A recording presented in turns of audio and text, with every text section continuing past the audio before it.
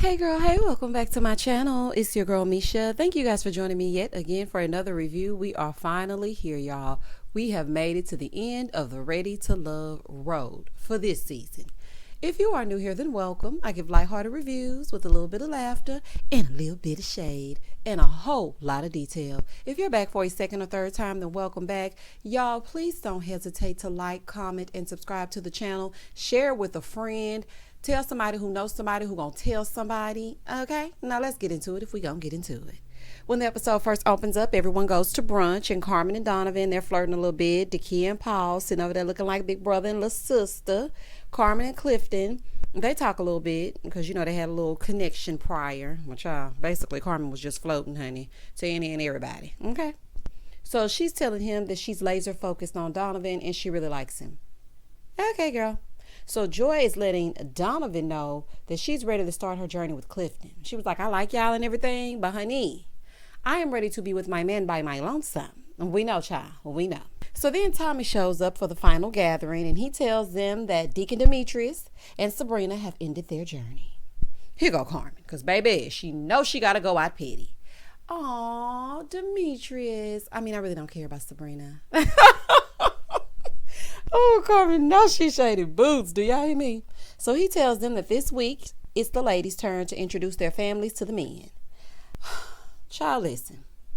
I wish we could just skip this part, honey, and get to the reunion. What y'all meeting the families for and whatnot? None of y'all like each other. Oh, child.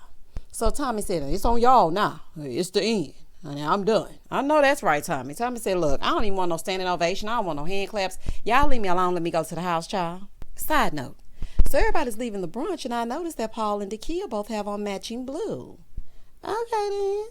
In the next scene, Carmen is introducing Donovan to both her mom and dad, and it's new to her because she hasn't done that before. She's never introduced her parents to somebody at the same time, so this is going to be new for her. She tells us her mom is a preacher, and her dad is an ex-Marine. Okay.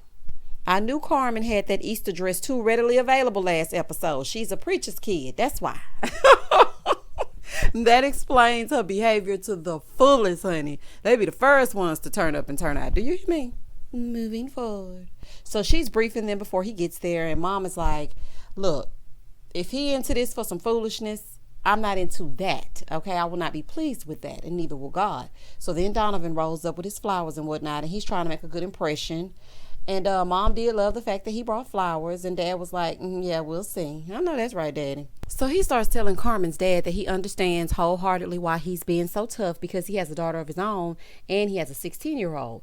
So the dad was like, oh, okay, same mothers? And he was like, no, two different mothers. So then the dad wanted to know if it's going to be a problem with the mothers. And he's like, no, it's not going to be any problem. So then he was like, oh, okay, well, will Carmen have the ability to correct the children?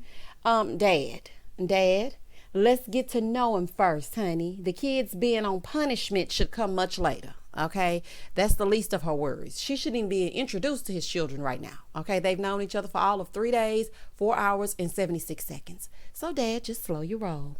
So then Donovan was like, no, it wouldn't be a problem, but my children are very well behaved. I know that's right. So she said, you know, I was looking at Donovan. This is what she's saying in her confessional. I was like, oh, babe, I'm sorry. But in reality, I was like, I wanted my daddy to go in, ask all the tough questions. So then he did actually ask a question I was wondering about. So he was like, so why did you and your wife separate? Here go Donovan. Yeah, well, you know, I stepped out on the marriage. You cheated. Okay, you cheated. I can't say I'm shocked. Baby, her mom was looking like God is not pleased. Baby, I would be afraid, honey. I was afraid for him. So dad is like, okay, so how do I know you won't cheat on Carmen? So then Donovan gonna say, well, that's my promise to her. Dad said, okay, you promised that ex the same thing. So, I mean, what's gonna be different with Karma? And that's what I'm trying to figure out, daddy. A pair of lips will say anything. So Donovan starts to try to justify his cheating by saying there are some things that led up to it. Red flag. Absolute red flag. So you're blaming your weak flesh and you cheating on your ex-wife. Got it. Let me guess. She made you cheat. Boy gone. Carmen, you can skip on off into the sunset with him if you want to, child. Couldn't be me. Donovan and his nose piercing are a little sketch, if you ask me, honey. I wouldn't trust him as far as I could throw him. Now it's mom's turn, and she asked about his beliefs, and he said he was Catholic. She said, no, I'm not talking about that. Do you believe in Jesus? Is he your Lord and Savior? Baby. Donovan was like, well, no, I'm not really religious, but I am spiritual, but I do believe in God. Uh-huh. I hope that's true. Sounded like spur of the moment, don't say the wrong thing type of stuff to me. Okay? But that's just me. So mom did accept that as long as God is the center of his life, then everything's going to be okay. So then the mama just totally switched up, honey. She was like, you know what? It's like you're very affectionate. I'm feeling you. And and that smile is so affectionate. Okay, mama. Honey, mama ready to risk it all. I see why Carmen get that little spunk, honey. Daddy and Carmen had to remind Mom, that's Carmen's date, honey. He's not here for you, child. So then Dad psyched him out with a fake high five and whatnot. And I will say this. She seems like she comes from a very good set of people. Her parents took a little time to warm up to Donovan, but they turned out to be all right. They really turned out to be nice folks. I like that daddy especially. That daddy is my kind of daddy. So once Donovan left, her mom said, I just feel like Donovan will give you his all. Mom, I don't know about all that, honey, after one meeting. Sure. So Daddy said, well, he has potential, but the jury is still out. So then Carmen said in her confessional that she was trying to figure things out because fidelity is very important to her, so she needs to think about it. Girl, you gonna choose him. Moving forward. In the next scene, Joy in her sequins top go to meet her sister Tia. Hey, Tia. And I just want to say this. Joy, you are a pretty woman, but baby, you cannot dress. You wear some of the most god-awful things I have seen on a Ready to Love franchise. Usually the wigs be bad, but baby, Joy gonna put on the wrong clothes if she don't do nothing else. Oof, child, that fashion sense is immediately no. Child, it's a mess. So Clifton shows up in his pleather jacket with his flannel shirt wrapped around the waist. Okay, it's giving me Grease. Go Grease Lightning, go Grease Lightning, go Grease Lightning, go Grease Lightning. Side note, that is one of my favorite musicals, okay? Anybody who knows me knows I love Grease. And Clifton was looking like a smooth rider. Shout out to Grease. So he goes in ready to meet the family. And sister is like, oh my gosh, you're gorgeous. So they do a toast. And then the sister starts to ask how he feels since Joy travels. And he said, I'm human. Like, I don't like it, especially because, we're trying this thing here and this is new. So I kind of want to nurture this. I'm sure he's going to be cheating as soon as she get on the airplane. Y'all hear me? Clifton is not going to last with Joy being gone. He's just not going to last, honey. I hate to say it, but by the reunion, they will be just friends and they're going to give us one of those speeches. Although me and Joy are no longer together, I love and I respect her. Honey, it's going to be some Barry White bullshit. Okay, do y'all hear me? So he said, he can't handle her being gone. And I just feel like his love language is physical touch. So I wouldn't trust it. But that's just me. Moving forward. He said when they're together, it's bliss. This is what he said in the confessional. But when he leaves, he's sad because he knows she's leaving. I don't see this working long term. I do see that there is a connection between the two. That's undeniable. I'm not saying they don't have a connection. There's a connection there. But I also think that one or the both of them, they're not going to be able to really sustain this relationship, because when the real world happens and this bubble of Ready to Love is bursted, I don't think they're gonna be able to hang in now. But child, you never know, honey. In the next scene, Dakia is fulfilling her filming obligations by introducing Paul to her mom and her brother. Okay, girl. Child, she got the same mannerisms as her mom, built just like her mom, look just like her mama. So she's telling them that their connection is new and Paul is on his way to meet her.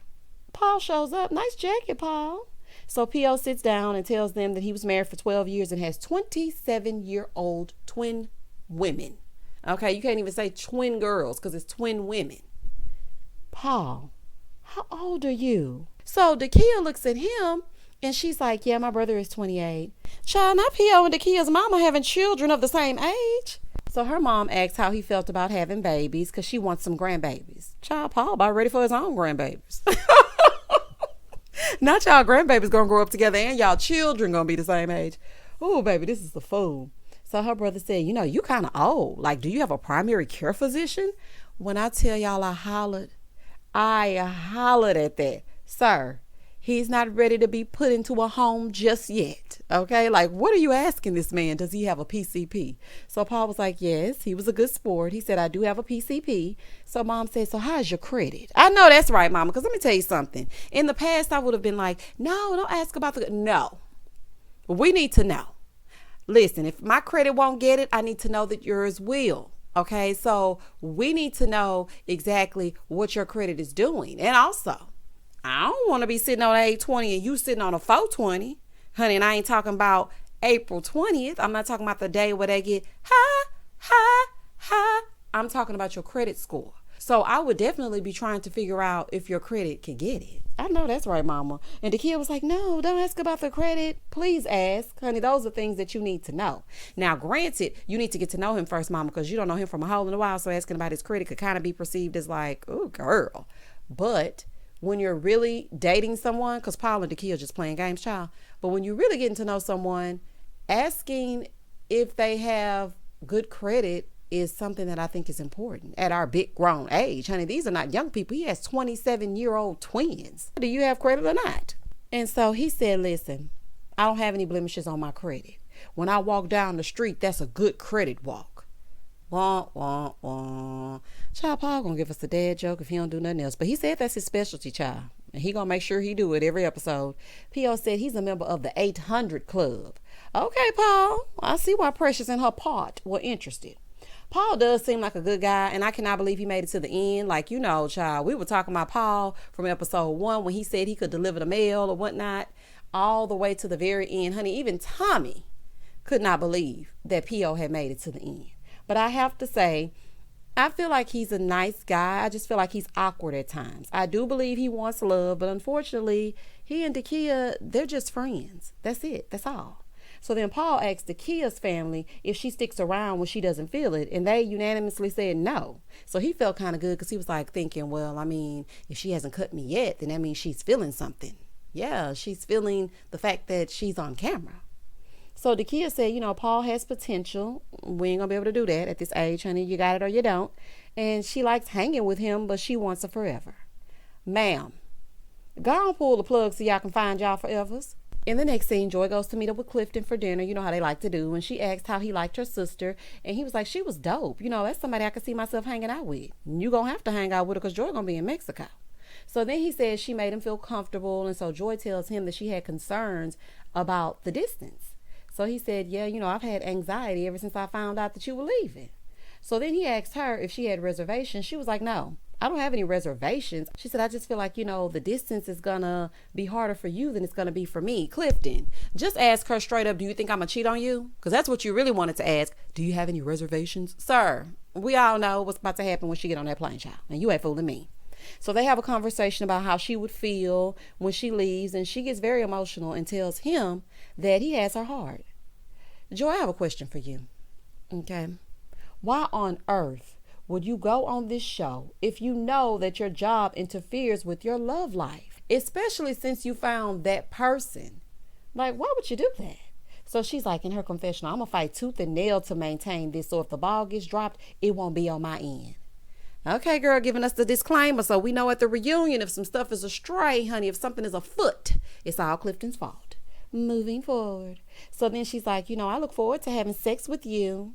You mean tonight? Because, honey, we already know that at that cabin, it was a rocking and they shouldn't have come a knocking. So don't try to play in my face, okay? Trying to act like you ain't ever. Girl, goodbye. And not you giving him something to tide him over. I don't think that's going to do it, honey. I don't think it's going to do it. All jokes aside, though, I can see that she's all in, but I wouldn't be able to get wrapped up just to leave. Like, child, I don't know what kind of journey these two are in for, but I just hope it works. In the next scene, Tommy returns for the exit speech, and after more than a few twists and turns, they've committed to the process and the pursuit of something real. Today they will decide to leave or to stay together or to be by themselves. And child, all of them need to go their separate ways. Do y'all hear me? So Donovan goes to meet Carmen. Nice suit, Donovan. Carmen comes sashaying in. Y'all know how she likes to do, honey. She left the contacts at the house. So then we pan over to Paul. Paul, what in the casual fit are you wearing? Child, you were dressed to say I want to be just friends. Honey, you ain't fooling me. And he's wondering what to do because it's been such a short period of time. So then we see Clifton waiting for Joy, and he's hoping that they can work it out. So Dakia shows up, conservative as always, lady in red. Okay, girl. And Paul is telling her that he likes her and that she hasn't compromised who she is, but his decision is to choose himself. First of all, good job, Paul, honey, because you knew it wasn't going to work. Secondly, I feel like ladies first. You should have allowed Dakia to speak her speech first, okay? So that we could have gotten her perspective, because in this way, it's looking like you kind of letting her down. I mean, maybe that's just me. I don't know, child. I just felt like she should have went first. So then we pick up with Donovan telling Carmen the journey has been amazing.